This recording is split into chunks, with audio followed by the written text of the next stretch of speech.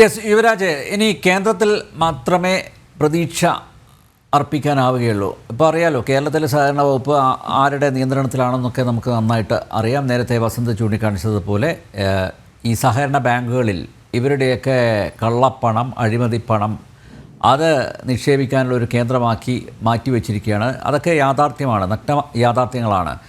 ഇവിടെ കേന്ദ്രത്തിൽ സഹകരണ മന്ത്രാലയം ഉണ്ട്, അമിത്ഷായാണ് അത് കൈകാര്യം ചെയ്യുന്നത്.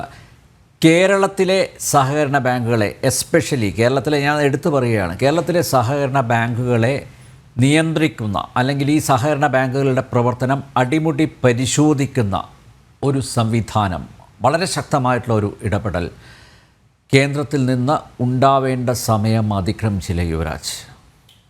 അല്ലംപേർ ഇതിനകത്ത് എന്താ വിഷയമെന്ന് വെച്ച് കഴിഞ്ഞാൽ, ഒന്ന് ED ഈ കേസുമായിട്ട് ബന്ധപ്പെട്ടിട്ട്, കരുവന്നൂർ വിഷയവുമായി ബന്ധപ്പെട്ടിട്ട് കേരളത്തിൽ വലിയ രീതിയിലുള്ള റെയ്ഡുകൾ നടത്തിയിട്ടുണ്ട്. ഞാൻ മനസ്സിലാക്കുന്നിടത്തോളം തൃശ്ശൂരിലും കൊച്ചിയുമായിട്ട് ഏതാണ്ട് 9 ലൊക്കേഷനുകളിലായിട്ട് റെയ്ഡ് നടത്തിയിട്ടുണ്ട്. ഒരുപാട് രേഖകൾ അവർ പിടിച്ചെടുത്തിട്ടുണ്ട്. അതിനകത്ത് ഒരുപാട് പേര് അറസ്റ്റ് ചെയ്യപ്പെട്ടിട്ടുണ്ട്. 55 ആൾക്കാരുടെ വീടുകളിൽ എന്തോ റെയ്ഡ് നടക്കുകയും അവർ പ്രതി ചേർക്കപ്പെടുകയും അവർ വിവിധ അക്കൗണ്ടുകളിലായിട്ട് ഫേക്ക് അക്കൗണ്ടുകൾ ഉണ്ടാക്കി പൈസ ഡിപ്പോസിറ്റ് ചെയ്യുകയും ഒക്കെ ചെയ്ത വിഷയവുമായി ബന്ധപ്പെട്ടിട്ട് വലിയ രീതിയിൽ തന്നെ അത് മുമ്പോട്ട് പോയിട്ടുണ്ട്. CPM-ൻ്റെ അവിടുത്തെ തൃശ്ശൂർ ജില്ലയിലെ വലിയ വലിയ നേതാക്കൾക്കെതിരായിട്ട് വരെ കേസ് രജിസ്റ്റർ ചെയ്യപ്പെടുന്ന സാഹചര്യം ഉണ്ടായിട്ടുണ്ട്. കേസ് നിലവിൽ ഹൈക്കോടതിയിൽ നിൽക്കുകയാണ്. അത് അതിൻ്റേതായ രീതിയിൽ മുമ്പോട്ട് പൊയ്ക്കൊണ്ടിരിക്കുകയാണ്. ഈ പറയുന്ന പിടിച്ചെടുത്ത രേഖകൾ മുഴുവൻ ആവശ്യപ്പെട്ടുകൊണ്ട് ക്രൈംബ്രാഞ്ച് ഹൈക്കോടതിയിൽ പോയിട്ടുണ്ട്. അത് തരാൻ പറ്റില്ല എന്ന് പറഞ്ഞിട്ട് ED അവിടെ ഒരു വാദപ്രതിവാദം നടക്കുന്നുണ്ട്. നമുക്കറിയാമല്ലോ, ഇത് കേസാണ്. കേസിൻ്റേതായ രീതിയിൽ മാത്രമേ മുമ്പോട്ട് പോകാൻ കഴിയുകയുള്ളൂ. ഇൻവെസ്റ്റിഗേറ്റിംഗ് ഏജൻസിയാണ്. ഇൻവെസ്റ്റിഗേറ്റിംഗ് ഏജൻസിയുടെ ഇൻവെസ്റ്റിഗേഷനകത്ത് ഭരണപരമായി ഇടപെടുന്നതിൻ്റേതായിട്ടുള്ള പ്രായോഗികപരമായിട്ടുള്ള ബുദ്ധിമുട്ടുകളുണ്ട്. എന്നിരുന്നാലും ശരി തന്നെയാണ്, അത് അത്യാവശ്യം വലിയ വേഗത്തിൽ തന്നെ അത് മുമ്പോട്ട് പോകുന്നു എന്നാണ് ഞാൻ മനസ്സിലാക്കുന്നത്. അതിൻ്റെ ഫൈനൽ റിപ്പോർട്ട് അധികം വൈകാതെ തന്നെ ഹൈക്കോടതിയിൽ സബ്മിറ്റ് ചെയ്യുമെന്നാണ് ED തന്നെ നേരിട്ട് ഹൈക്കോടതിയിൽ ബോധിപ്പിച്ചിട്ടുമുള്ളത്. അത് അതിൻ്റേതായ സാഹചര്യത്തിൽ നടക്കുന്നുണ്ട്. CPM കേരളത്തിനകത്ത് ഈ പറയുന്ന ED അന്വേഷണത്തിനെതിരായിട്ട് വലിയ ബഹളവും വലിയ പ്രക്ഷോഭവും കേരളത്തിലെ സഹകരണ മേഖലയാകെ തകർക്കുവാൻ വേണ്ടിയിട്ടുള്ള പരിശ്രമവുമാണ് എന്നൊക്കെ പറഞ്ഞുകൊണ്ട് അവരുടേതായ നിലയിലുള്ള വലിയൊരു പ്രക്ഷോഭവും വലിയ ഒരു രീതിയിലേക്ക് മുമ്പോട്ട് പോകുന്നതുമായിട്ടുള്ള സാഹചര്യങ്ങളും നമ്മൾ കണ്ടിട്ടുണ്ട്. അപ്പോൾ ഇൻവെസ്റ്റിഗേറ്റിംഗ് ഏജൻസികൾ ഇടപെടാത്ത പ്രശ്നമല്ല ഉള്ളത്, അവർ ഇടപെടുന്നുണ്ട്. പക്ഷെ അവർക്ക് അവരുടേതായ ഒരു സമയം വേണ്ടി വരും. ഇപ്പോൾ ഒരു രാഷ്ട്രീയമായിട്ട് നമുക്ക് പോയി അതിനകത്ത് ഫോഴ്സ് ചെയ്യുന്നതിനും അതിനെ മറ്റൊരു തലത്തിലേക്ക് കൊണ്ടുപോകുന്നതിനും ഒക്കെ അതിൻ്റേതായ ഭരണപരമായ പരിമിതികളുണ്ട് എന്നുള്ളതാണ് ഞാൻ മനസ്സിലാക്കുന്നത്. പക്ഷെ അത് അതിൻ്റേതായ രീതിയിൽ തന്നെ മുമ്പോട്ട് പോകുന്നുണ്ട്. പിന്നെ ശ്രീ ഷാജഹാൻ സാറ് പറഞ്ഞ ഒരു കാര്യം, അദ്ദേഹം തുടക്കത്തിൽ ഞാൻ സംസാരിച്ചത് കേൾക്കാത്തത് കൊണ്ടാണ് അദ്ദേഹം അങ്ങനെ പറയുന്നൊരു സാഹചര്യം ഉണ്ടായെന്നാണ് ഞാൻ മനസ്സിലാക്കുന്നത്. ഞാൻ ആദ്യമേ തന്നെ പറഞ്ഞിരുന്നു, കേരളത്തിൽ അനേകം കോപ്പറേറ്റീവ് ബാങ്കുകളുണ്ട്. അത് BJP ഭരിക്കുന്നുണ്ട്, കോൺഗ്രസ് ഭരിക്കുന്നുണ്ട്, CPM ഭരിക്കുന്നുണ്ട്, എല്ലാവരും ഭരിക്കുന്ന ബാങ്കുകളുണ്ട്. ഈ ബാങ്കുകളിൽ പലതും വളരെ നല്ല രീതിയിൽ പോകുന്നുണ്ട്. അതിപ്പോൾ BJP ഭരിക്കുന്ന നല്ല രീതിയിൽ പോകുന്നുണ്ട്, CPM ഭരിക്കുന്ന നല്ല രീതിയിൽ പോകുന്നുണ്ട്, കോൺഗ്രസ് ഭരിക്കുന്ന നല്ല രീതിയിൽ പോകുന്നുണ്ട്. ഇതിനകത്ത് കെടുകാര്യസ്ഥത മൂലം, ഭരണപരമായ കെടുകാര്യസ്ഥതകൾ മൂലം കുഴപ്പം പറ്റിയിട്ടുള്ള, തട്ടുകേടുകൾ പറ്റിയിട്ടുള്ള പ്രസ്ഥാനങ്ങളും ഉണ്ട്. അതും 3 പേരുടേതും അത്തരത്തിലുള്ള തട്ടുകേടുകൾ പറ്റിയിട്ടുള്ള പ്രസ്ഥാനങ്ങളുണ്ട്. പക്ഷേ തുടർച്ചയായിട്ട് ഒരു പർട്ടിക്കുലർ പാർട്ടി ഭരിക്കുന്ന ബാങ്കുകളിൽ മാത്രം ഇത്തരത്തിൽ പ്രശ്നമുണ്ടാകുമ്പോൾ അതിനകത്ത് തന്നെ സ്വാഭാവികമായിട്ടുള്ള പ്രശ്നം എന്നുള്ളതല്ല, അതിനകത്തൊരു അസ്വാഭാവികത ഉണ്ട് എന്നുള്ളതാണ് ഞാൻ അതിനകത്ത് പറഞ്ഞു വെച്ചത്. തീർച്ചയായിട്ടും ആ അസ്വാഭാവികതകൾ കഴിഞ്ഞ ഒരു 1-2 വർഷങ്ങളായിട്ടാണ് വലിയ രീതിയിൽ കേരളത്തിൻ്റെ മുമ്പിലേക്ക് വരുന്ന സാഹചര്യം ഉണ്ടായിട്ടുള്ളത്.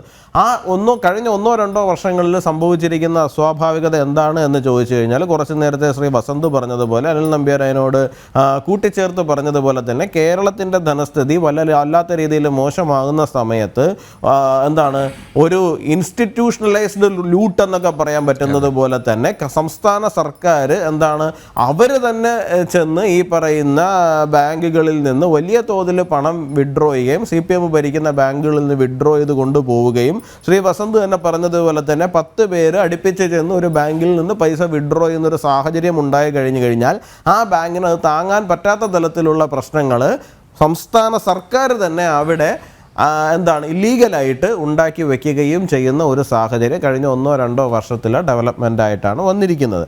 തീർച്ചയായിട്ടും അതിനെതിരായിട്ട് വലിയ തരത്തിലുള്ള ഇടപെടലുകൾ ഉണ്ടാകേണ്ടതാണ്. ഇപ്പോൾ വസന്ത് പറഞ്ഞതുപോലെ തന്നെ ഈ പറയുന്ന BJP ഭരിക്കുന്ന ബാങ്കുകളിലാവട്ടെ, കോൺഗ്രസ് ഭരിക്കുന്ന ബാങ്കുകളിലാവട്ടെ, CPM ഭരിക്കുന്ന ബാങ്കുകളിലാകട്ടെ, സംയുക്തമായിട്ട് കേന്ദ്ര അന്വേഷണ ഏജൻസികളുടെ അല്ലെങ്കിൽ കേന്ദ്ര സർക്കാരിൻ്റേതായിട്ടുള്ള വലിയ തോതിലുള്ള ഓഡിറ്റിംഗ് ഉണ്ടാകേണ്ടതാണ്.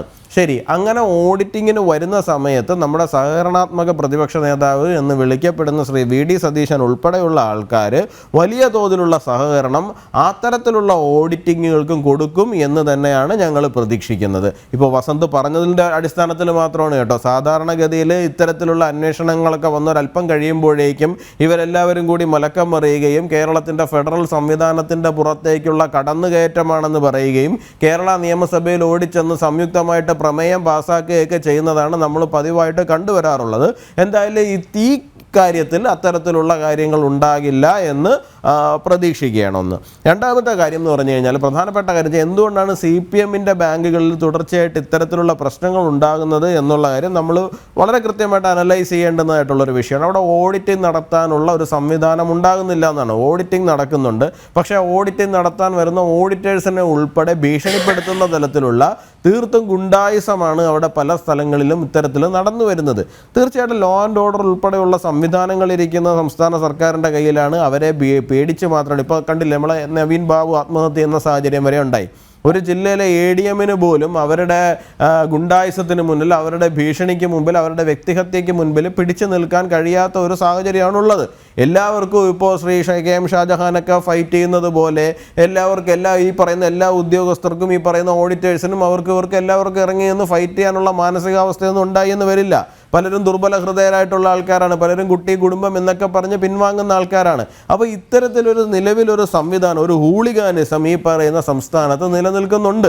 അത് ഭരണത്തിൻ്റെ തലത്തിൽ തന്നെയാണ് നിലനിൽക്കുന്നത്, നമ്മുടെ പോലീസ് സംവിധാനങ്ങളുടെ ഉൾപ്പെടെ സംരക്ഷണയിൽ തന്നെയാണ് നിലനിൽക്കുന്നത്. അത്തരത്തിലുള്ള കാര്യങ്ങളെ നമുക്ക് രാഷ്ട്രീയമായിട്ട് മാത്രമേ നമുക്കൊരു പരിധി കഴിഞ്ഞു കഴിഞ്ഞാൽ പ്രതിരോധിക്കുവാൻ വേണ്ടിയിട്ട് സാധിക്കുകയുള്ളൂ. അതിനകത്ത് പ്രതിപക്ഷ കക്ഷികൾ എല്ലാവരും തന്നെ ഒരുമിച്ച് നിൽക്കുകയും വളരെ ക്രിയാത്മകമായിട്ട് അതിനകത്ത് ഇടപെടുകയും ചെയ്യേണ്ടുന്നതായിട്ടുള്ള സാഹചര്യം ഉണ്ട്. അതിനകത്ത് പ്രതിപക്ഷ കക്ഷികൾ മാത്രമല്ല, കേരളത്തിലെ മാധ്യമങ്ങളൊപ്പം നിൽക്കേണ്ടതാണ്, കേരളത്തിലെ സോക്കോൾഡ് സാംസ്കാരിക നായകർ ഒരുമിച്ച് നിൽക്കേണ്ടതാണ്. അല്ലാണ്ട് ഒരു പർട്ടിക്കുലർ ലൈൻ അങ്ങോട്ട് ക്രോസ് ചെയ്ത് കഴിയുമ്പോഴേക്കും ഇതാ കേരളത്തിനെതിരെയുള്ള ആക്രമണം, കേരളത്തിലെ സഹകരണ മേഖല ഇത്രയും ഭംഗിയായി പൊയ്ക്കൊണ്ടിരിക്കുകയാണ്, ലോകത്തിലെ നമ്പർ 1 സഹകരണ പ്രസ്ഥാനം ഇവിടുത്തതാണ്, UP-ൽ ഇത് ഇങ്ങനെയല്ല അങ്ങനെയല്ല എന്നൊക്കെ പറഞ്ഞുകൊണ്ട് അല്ല, അതെ ഞാൻ പറയുന്നത് UP-ൽ ഇത് ഇങ്ങനെയല്ല, UP-ൽ ഇത് എങ്ങനെയാണ്, അതുകൊണ്ട് ഇത് കേരളത്തിന് നേരെയുള്ള കടന്നുകയറ്റമാണ്, കേരളത്തിന് നേരെയുള്ള യുദ്ധപ്രഖ്യാപനമാണ്, ഗുജറാത്തിയായ നരേന്ദ്രമോദി അമിത്ഷായും കൂടാതെ കേരളത്തിനെ ആക്രമിക്കാനും പിടിച്ചെടുക്കാനും കേരളത്തിന്റെ സാമ്പത്തിക നട്ടെല്ല് തകർക്കാനും വരികയാണ് എന്നൊക്കെ ഉള്ള തലത്തിലുള്ള നറേറ്റീവുകൾ ഇവിടെ തന്നെ പടച്ചുവിടുകയും ആ പടച്ചുവിട്ട് കഴിയുമ്പോഴേക്കും പ്രതിപക്ഷം ഉൾപ്പെടെയുള്ള ആൾക്കാർ അവിടെ പോയി നിൽക്കുകയും ചെയ്യുന്ന സാഹചര്യത്തിലേക്ക് അത് പോകും എന്ന് രാഷ്ട്രീയമായിട്ട് ബോധ്യമുള്ള എല്ലാവർക്കും അതിനെക്കുറിച്ചിട്ട് നിശ്ചയമുണ്ട്. പക്ഷെ എന്തായാലും ഇതിനെ ഇങ്ങനെ അനന്തകാലത്തേക്ക് ഇങ്ങനെ കെട്ടഴിച്ച് വിടാൻ സാധിക്കില്ല എന്നുള്ളത് ഒരു യാഥാർത്ഥ്യമാണ്. രാഷ്ട്രീയമായ ഒരു പരിഹാരം കണ്ടെത്തിയാൽ മാത്രമേ സാധിക്കൂ.